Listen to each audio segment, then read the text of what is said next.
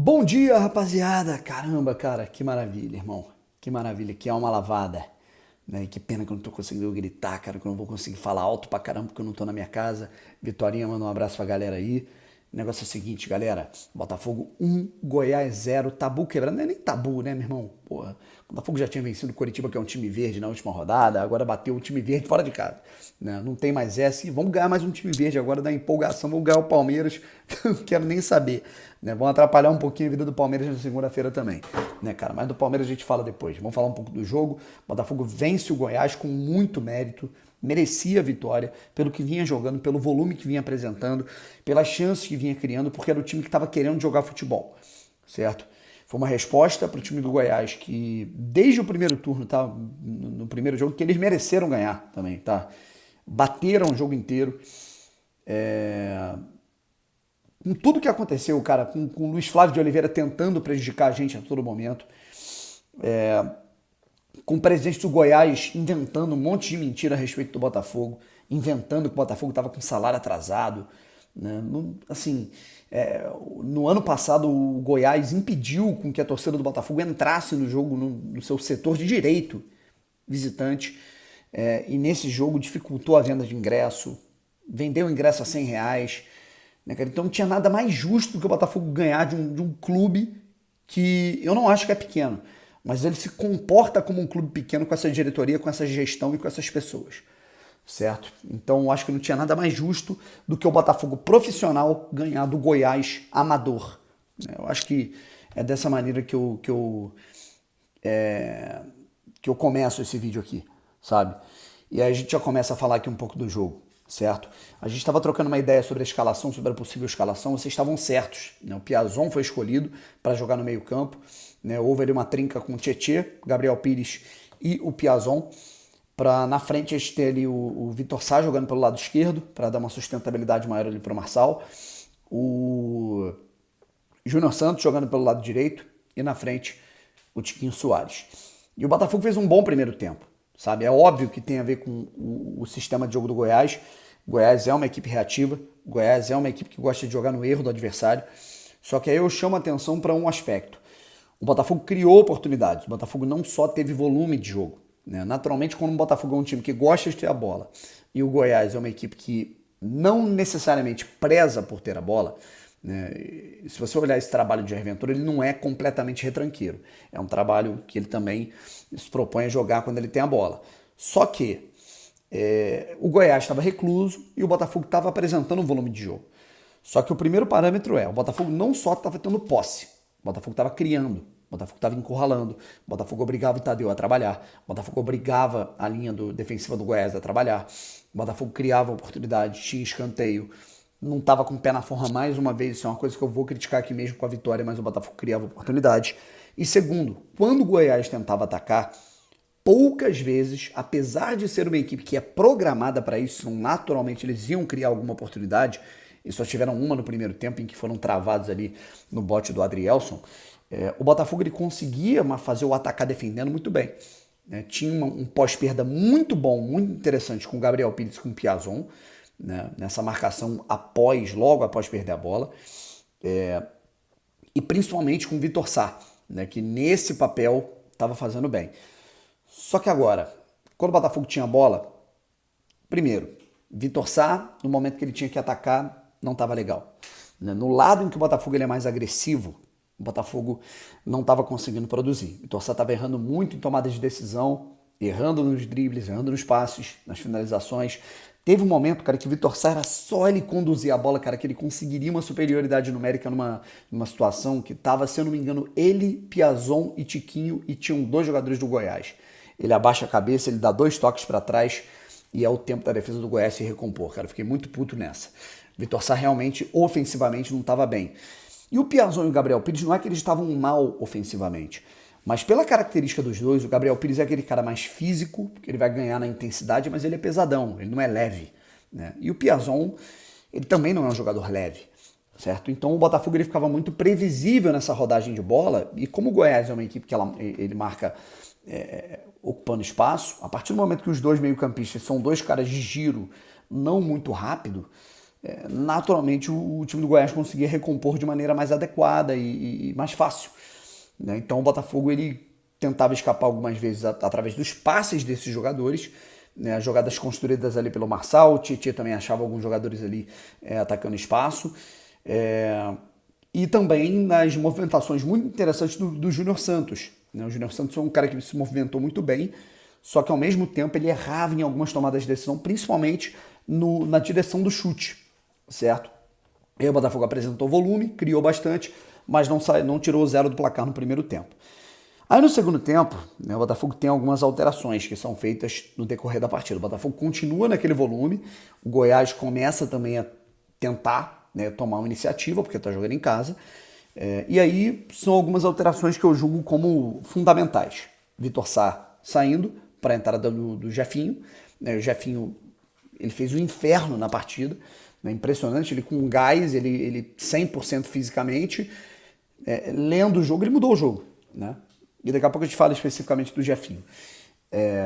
E aí tivemos a entrada também do Del Piage. O Del Piage entrou no lugar do Piazon. Né? E eu, honestamente, eu vou ser franco aqui. Quando entrou o Del Piage, eu não curti tanto, tá?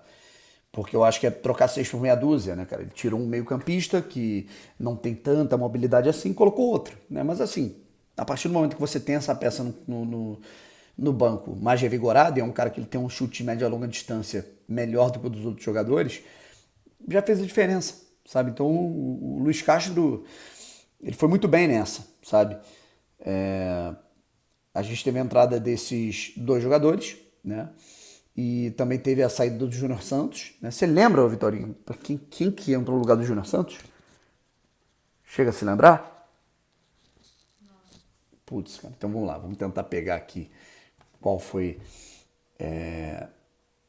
essa alteração do jogo, né, cara? Porque eu sinto que é importante a gente saber disso justamente para tentar explicar mais uma variação tática nesse sentido, sabe? Mas enfim, o Botafogo mudou justamente nesse aspecto, tá? E ó, a gente teve a saída do Vitor Sá, do Piazon, do Júnior Santos e a entrada... não estou conseguindo ver aqui. O Gustavo Sauer. Perfeito. É isso mesmo. Né, eu sabia que tinha alguma coisa. O Gustavo Sauer entrando, né, para fazer esse jogador, né, que não necessariamente ele ia atacar essa profundidade, porque o time do Goiás não ia dar esse espaço, talvez ele ia se controlar mais, mas ele ia ter um jogador ágil, que não é um velocista, mas ele é ágil, e ele também é um construtor. Né, o Sauer também entrou muito bem, e na minha visão foi muito bem o Luiz Castro nessas 3 alterações, sabe? Num primeiro momento o Sauer chuta, Tadeu faz a defesa. Depois o Jefinho chuta, Tadeu faz uma defesa. Aí o Jefinho faz essa alceira, aquela caneta do Jefinho foi uma coisa estonteante, cara, que coisa maravilhosa. Né? E aí, numa outra jogada do Jefinho, ele consegue achar o Del Piage, que chapa no canto. E para os supersticiosos de plantão, rapaziada, foi justamente dos pés do Del Piage que no momento que a gente estava muito desesperançoso no Campeonato Brasileiro Série B do ano passado, o Botafogo arranca para subir de divisão e ser campeão da Série B do ano passado. Nesse ano, o Botafogo ainda está ali numa situação de meio de tabela, tudo mais, e agora vence e está a 2 pontos do 8º colocado, que é o América Mineiro, que perdeu hoje para o Cuiabá, certo? Para os supersticiosos, isso pode ser um sinal. Bom, rapaziada, antes da gente ir para as considerações finais, vamos tentar analisar jogador a jogador, tá? Lucas Perry. Achei que o fim do jogo dele foi fundamental, a forma que ele esfriou o jogo, encaixou bolas importantes, saiu melhor do gol. No início eu acho que ele estava nervoso. E é como eu falei, cara, vamos dizer que o Lucas Perry hoje falhasse num gol, como ele poderia ter falhado na bola que ele saiu errado, a bola podia ter batido no peito do jogador do Goiás e podia ter feito o gol. Ele não é uma merda por isso, ele não é um jogador ruim por isso, né? Um jogador que, na minha opinião, num primeiro momento ele estava nervoso, né? Ele errou em 2 séries, uma no escanteio, uma numa bola parada e numa reposição. Então eu acho natural que ele se sinta um pouco nervoso nessa estreia dele pelo Botafogo. E no segundo tempo ele foi um pouco melhor. Saravia, é aquela mesma coisa, sabe? O Saravia é um cara que ele, às vezes ele dá um gás, a intensidade física que ele dá para o time é muito grande, mas é aquele cara que às vezes ele vai acertar coisas muito boas e ele vai errar coisas muito bizarras, né? Como no momento que ele tomou ali o amarelo. Né? Então, enfim, esse é o Saravia. né? A zaga com Adrielson e Cuesta, eu concordo muito com o pessoal da transmissão da Globo, tá? Inclusive a Renata, narradora, mais uma vez deu sorte. O Adrielson foi, não é nenhum absurdo dizer que o Adrielson foi o melhor jogador em campo, com a recuperação dele, com a impulsão dele, com as bolas que ele tirou, ele foi fundamental, o cara jogou muita bola. E o Cuesta, um absurdo de jogador. E mais uma vez a gente foi prejudicado pelo Luiz Flávio de Oliveira, que puniu o Cuesta de uma maneira bizarra com cartão amarelo. Ele tá fora do próximo jogo. O Luiz Flávio de Oliveira sempre arruma um jeito de prejudicar o Botafogo. O Marçal, né, achei que ele foi bem no jogo, ele dá intensidade, ele dá volume, mas agora, porra, cara, ele tem que parar com esses cartões bobos, cara. Ele tomou um cartão porque ele tentou jogar uma bola num drone. Pô, irmão, caralho, desculpa, cara, é um jogador que passou pela Europa, um jogador que jogou na França, jogou na Premier League. Porra, cara, pelo amor de Deus, cara. Fosse o Saravia fazendo isso, eu entendo. Se fosse eu fazendo isso, eu entendo. Mas, porra, o maluco que jogou na Premier League ficar brincando de jogar uma bola num drone, que porra é essa, cara? Pelo amor de Deus, né? Eu não vou nem falar que o amarelo foi injusto, né? Porque realmente foi, é bizarro dar amarelo por isso, mas porra, cara. Caralho. Lembrar do China Park, eles brincando de acertar o drone do Botafogo, né? Porra, que isso, cara? Inacreditável, cara. Não tem condição, né? E aí, continuando.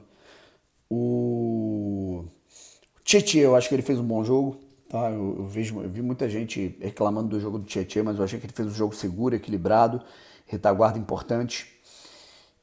Gabriel Pires e Piazon. Eu acho que o Gabriel Pires foi melhor que o Piazon no jogo, mas eu acho que eles cumpriram papéis táticos interessantes no pós-perda, só que faltava mais mobilidade de alguém para entrar no segundo tempo. E foi isso que Del Piage e o Sauer deram.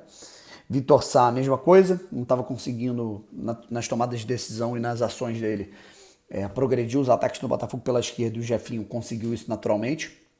O Júnior Santos estava conseguindo incomodar a defesa do Goiás, mas o Botafogo não estava com o pé na forma, e isso passava muito pelo Júnior Santos, errando muito em finalizações. E o Sauer, na minha opinião, entrou muito bem também, tá? Tiquinho jogou muito bem, mais uma vez. Acho que ainda falta ele acertar aquele chute para ele se consagrar num gol, né, além daquele gol sem goleiro, né, que é aquele gol de chapa, aquele gol naquele estilo dele.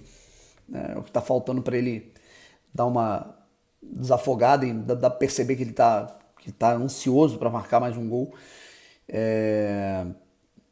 E é impressionante, cara, o que o Jefinho fez é uma sacanagem, cara. Jefinho, Sauer entraram muito bem, o chute do Del Piage também, eu acho que é uma coisa que tava me incomodando. Eu tava falando que, eu tava trocando ideia com um amigo meu que tava vendo o jogo, eu falei, porra, cara, isso é uma coisa que eu vou falar, se o jogo terminar 0-0, que eu vou focar, é que o Botafogo passou 10 dias treinando e foi só chute por cima do gol, só chute pra fora, só chute torto. Del Piage tratou de compensar isso e fazer o Botafogo ganhar, né, levar os 3 pontos pra casa.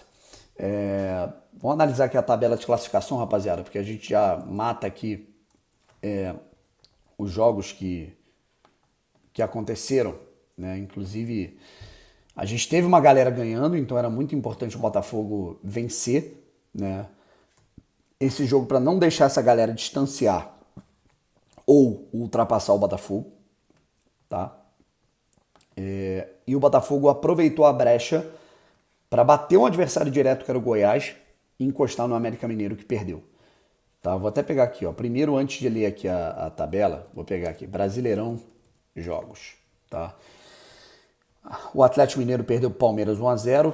Isso é bom, porque agora o Botafogo tá encostando no Galo, tá? O Atlético Mineiro, nesse momento, gente, tem 40 pontos, o Botafogo tem 37. O Botafogo tá a 3 pontos do Galo, tá? O Fortaleza venceu o Flamengo, não interessa muita gente. O Corinthians venceu o Atlético Goianiense, também não interessa muita gente. Bragantino Internacional 0-0. Seria ideal que o Bragantino tivesse perdido, mas tá tudo bem, né? Fluminense 4, Juventude 0, também não interessa muita gente. Cuiabá 2, América Mineiro 1. Isso é muito bom, tá? Muito bom o América Mineiro ter perdido, depois de 8 partidas perder um jogo. E para finalizar, obviamente, né, a gente também teve aí os jogos, o Coritiba venceu o Ceará 1-0. É importante porque o Ceará não vence, O São Paulo bateu o Avaí por 4-0. São Paulo ia ultrapassar o Botafogo se o Botafogo não vencesse. E o Ceará, né? Não, perdão, o Ceará não. A gente teve uma vitória importante aí do... Caramba, quem venceu o Atlético Paranaense, cara? Alguém venceu o Atlético Paranaense num jogo muito importante. Internacional. Não. É porque a tabela aqui, porra, misturou toda, cara. Que merda. Pera aí. Desculpem o chilique, pessoal. O Santos venceu o Atlético Paranaense. Exatamente isso que estava faltando. O Santos venceu o Atlético Paranaense e muito por conta disso. O Santos também ia ultrapassando o Botafogo na tabela. O Botafogo vence o Goiás com isso. A gente está tendo aqui. Vamos pular para a parte que interessa a gente. O Atlético Paranaense tem 44 pontos. O Atlético Mineiro tem 40 em sétimo lugar. E com 39 em oitavo está o América. O Botafogo em nono está com 37 pontos. Seguido de uma galera que está com 37. Só que o Botafogo tem mais vitórias que toda essa galera. Santos, Goiás, São Paulo, todos eles com 37 pontos. O Bragantino em 13º com 35. Depois vem o Fortaleza em 14º. O Coritiba em 15º. O Ceará em 16º. O Cuiabá abre a zona do rebaixamento com 30 pontos. Em 18º está o Avaí. E aí já caíram, na minha opinião, o Atlético Goianiense e Juventude. Tá? Então, portanto, Botafogo em nono lugar, pessoal. Botafogo em nono lugar. A 2 pontos do América Mineiro. Uma vitória para tirar qualquer tipo de possibilidade de crise. Uma vitória para ser a segunda vitória seguida do Botafogo.